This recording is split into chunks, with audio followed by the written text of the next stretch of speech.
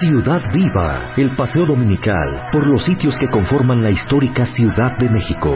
Ciudad Viva con Sandra Rodríguez. Y ya estamos aquí de regreso platicando de esta calle de Francisco y Madero, que mucha gente le dice la calle de Madero, el corredor Madero. ¿Te has dado una vuelta en los últimos 5 años por este lugar? ¿Tú te acuerdas hace 15 años cuando todavía pasaban autos? Yo me acuerdo mucho, porque ahí pasaban varios automóviles y tenías que cuidarte mucho para poder ver la arquitectura y los edificios que existen a lo largo de esta calle. Surge un proyecto nuevo.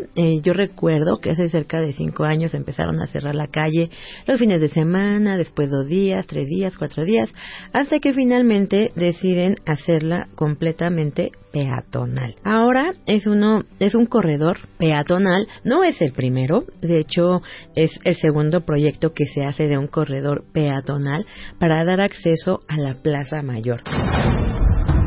Corredor Peatonal Madero. El Corredor Peatonal Madero recibió el 8º Premio Bienal Iberoamericana de Arquitectura y Urbanismo, BIAU, por sus siglas, que convocado por el gobierno de España, reconoce a las mejores obras arquitectónicas y de desarrollo urbano de Latinoamérica en el 2012. De 1.500 propuestas presentadas de todos los países iberoamericanos, se preseleccionaron 160. La BIAU eligió finalmente 26 obras de arquitectura y urbanismo como las mejores y más representativas, entre las cuales se encuentran la Plaza de la República y el Corredor Peatonal Madero de la Ciudad de México. La obra Corredor Peatonal Francisco y Madero es reconocida por ser un proyecto de renovación arquitectónica que trajo consigo una modificación de la experiencia urbana y una apuesta por invertir en espacios comunes para el disfrute de los ciudadanos. De acuerdo con la BIAU, esta intervención ha mejorado la movilidad, revalorizado la zona central de la ciudad y recuperado espacios que permiten integrar a los paseantes. El proyecto de peatonalización del corredor peatonal Francisco y Madero se llevó a cabo a través de la Autoridad del Espacio Público de la Secretaría de Desarrollo Urbano y Vivienda del Gobierno del Distrito Federal. Los trabajos concluyeron el 18 de octubre de 2010. A su vez, las obras de rescate de la Plaza de la República y del Monumento a la Revolución terminaron en el año 2010, convirtiéndolo en un espacio público referente de esparcimiento y diversión para miles de visitantes del nuevo conjunto urbano.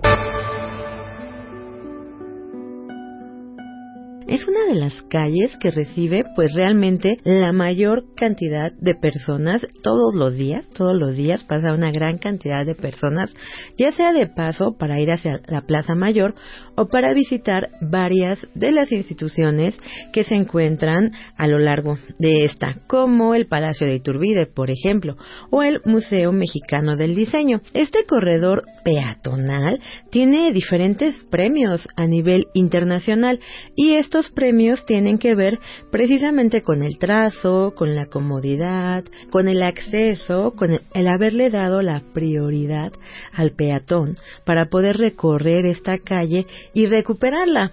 Porque a veces con esa prisa y el estarnos cuidando de los autos, no podíamos observar muchos detalles bellísimos que tiene esta calle de Francisco y Madero. Y yo te invito a que te ubiques en la esquina de Eje Central y Francisco y Madero, y ahí existe un edificio. Este edificio que ahora se le conoce como Edificio Guardiola, realmente es la entrada al centro histórico de la Ciudad de México. Edificio Guardiola. Construido en el año 1947 por el arquitecto Carlos Obregón Santacilia en el centro histórico, como un complemento del Banco de México, que se localiza cruzando 5 de Mayo, el cual ya había remodelado entre 1926 y 1928, el edificio Guardiola, de estilo Art Deco, tiene 9 niveles, de los cuales 3 están bajo el nivel de calle, donde se ubican las bóvedas del banco, debido a que el propietario del actual edificio es el mismo Banco de México. Su nombre se lo debe a Juan Ildefonso de Padilla, segundo marqués de Santa Fe de Guardiola, ya que su casa estaba localizada en ese predio a finales del siglo XVII, donde alguna vez fue la Plaza de San Francisco como parte del convento del mismo nombre. Posteriormente, en el siglo XIX, fue conocida como la Casa de los Perros, debido a 4 esculturas que adornaban las azoteas, 2 leones y 2 perros. El emperador Maximiliano inauguró el 30 de septiembre de 1865 en la pequeña plaza frente a la casa una estatua de José María Morelos. Después, ya sin estatua, la plaza fue finalmente un jardín. En voz de Miguel Ángel Sánchez, guía turístico de la Ciudad de México. Este edificio, pues ya es una construcción que se hace en el siglo XIX, perteneció a la familia Escandón, quien fuera pues uno de las familias más ricas que hubo en México en el siglo XIX. De hecho, ellos, fueron empresarios, sobre todo lo que fue la empresa ferrocarrilera. Y pues el edificio que está ahí, la antigua Casa Guardiola, lamentablemente pues fue demolida. Actualmente ahí se encuentra un edificio hecho en la década de los 40 por Carlos Obregón Santacilla, que de hecho es actualmente un anexo del Banco de México. Es un edificio estilo funcionalista el que se encuentra ahí. De hecho, la casa y la plaza que estaba anteriormente ahí se llamaba de Guardiola, porque ahí se encontraba en época del virreinato la casa del marqués de Santa Fe de Guardiola. Eso, pues fue ya en la época virreinal. Posteriormente, cuando se construye la casa de la familia Escandón, queda una pequeña placita enfrente de la casa y esa placita se le conoció como Guardiola. Es interesante este lugar porque ahí, se dice que cuando Agustín de Iturbide llega a la Ciudad de México para llevar a cabo la consumación de la independencia, en ese punto es donde le van a hacer la entrega de las llaves de la ciudad. Y ya posteriormente de ahí continuará por la calle de San Francisco en aquel entonces para entrar ya finalmente a la Ciudad de México. Y pues otro detalle interesante es que en esa placita de Guardiola estaba una escultura de José María Morelos y Pavón. Esa escultura posteriormente va a ser llevada frente a lo que es el actual Museo Frank Mayer. Ahí estuvo un tiempo esa escultura y actualmente, si no me equivoco, se encuentra ya en la colonia Morelos. Hay por ahí varias litografías en las que se plasma esta calle, exactamente esta esquina, y la voy a poner en mi página de Facebook, Visitas Guiadas México, porque es increíble cuando tú la observas, que el edificio que se conserva igual, es la Casa de los Azulejos. Y ahí vas a observar cómo se ve la entrada de esta calle de Francisco y Madero. Del lado derecho, una gran barda, que realmente era la barda de el convento de San Francisco, y del lado izquierdo está la Plaza Guardiola. Esa Plaza Guardiola que va a marcar realmente el inicio de la tradición de entregar las llaves de la ciudad. Por primera vez se van a entregar en esta Plaza Guardiola a Iturbide. Y esta Plaza Guardiola recibía este nombre porque había una casa que era precisamente de la familia Guardiola. Esta casa era una casa del siglo XVIII y tenía todas las características de una casa señorial.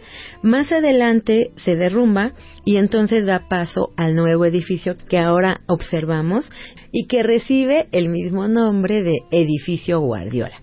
Del lado derecho vas a encontrar actualmente la Torre Latinoamericana y a un costado el Claustro de San Francisco. En voz de Miguel Ángel Sánchez, guía turístico de la Ciudad de México. El Claustro de San Francisco pues en realidad es uno de los pocos elementos que se pudieron salvar de el convento de San Francisco de México, que era el más grande de toda la Ciudad de México y probablemente el más grande en América Latina. Este convento de San Francisco pues en realidad abarcaba una gran cantidad de terreno. En realidad pues hablamos de unas 4 manzanas de extensión, lo que era este convento en su época de mayor esplendor. Cuando se empezó a demoler las dependencias conventuales, pues esta fue una de las pocas que logró salvarse, y actualmente pues este claustro del Templo de San Francisco es un templo de la Iglesia Metodista. Uno puede visitarlo, puede pedir permiso y le permiten entrar para poderlo ver. El claustro es interesante porque, bueno, pues es uno de los pocos que se conservaron en la Ciudad de México y, bueno, pues podemos ver nosotros lo que es su decoración de estilo barroco, sobrio en lo que se refiere a sus arquerías y sus columnas. Es un lugar muy bonito, aunque un poco escondido dentro del primer cuadro de la ciudad.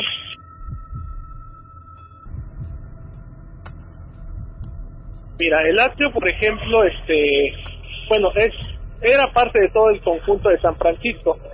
De hecho, pues es una de las áreas que rescató hace algunos años.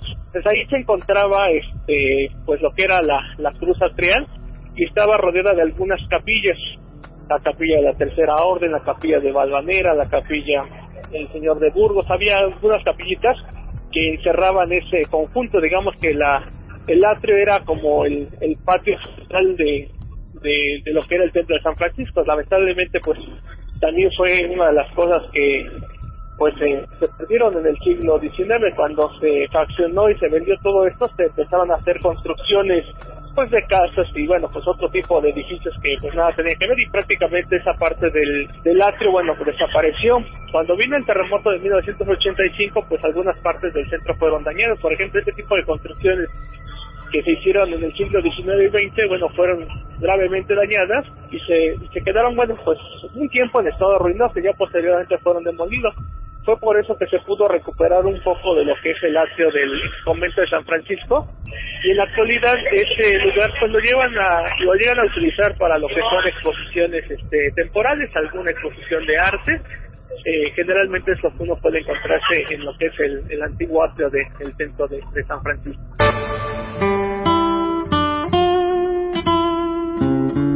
Y hablar de los franciscanos aquí en esta calle es definitivamente uno de los puntos más importantes. A veces cuando andamos ahí por la calle de Francisco y Madero, primero visitamos la Casa de los Azulejos y ya, ahí nos quedamos. Y hay gente que no se ha detenido a observar que ahí enfrente hay una iglesia bellísima, una iglesia magnífica que data del siglo XVIII. Esa iglesia es lo que queda del convento de San Francisco. Los franciscanos son muy importantes en la evangelización de la Nueva España. Llegan hacia 1524, es oficialmente la primera orden que llega a evangelizar, que llega con ese fin, porque ya antes había llegado precisamente un mercedario a acompañar a Hernán Cortés, pero él no venía con esta idea. Ya cuando Hernán Cortés empieza a solicitar que lleguen a la Nueva España aquellos que pertenecen a las órdenes precisamente mendicantes para empezar a evangelizar, la primer orden mendicante va a ser la de los franciscanos. Esta orden de los franciscanos, cuando llega, se establece muy cerca allá de la Plaza Mayor. Ahí les dan un espacio, pero no es suficiente. No es suficiente por la cantidad de actividades que ellos van a desarrollar, así que les asignan un espacio más grande allá en la calle que actualmente conocemos como Francisco y Madero. Entras y te vas a dar cuenta de que hay un gran desnivel con respecto a la calle. Cerca de 2 metros aproximadamente se ha hundido este templo.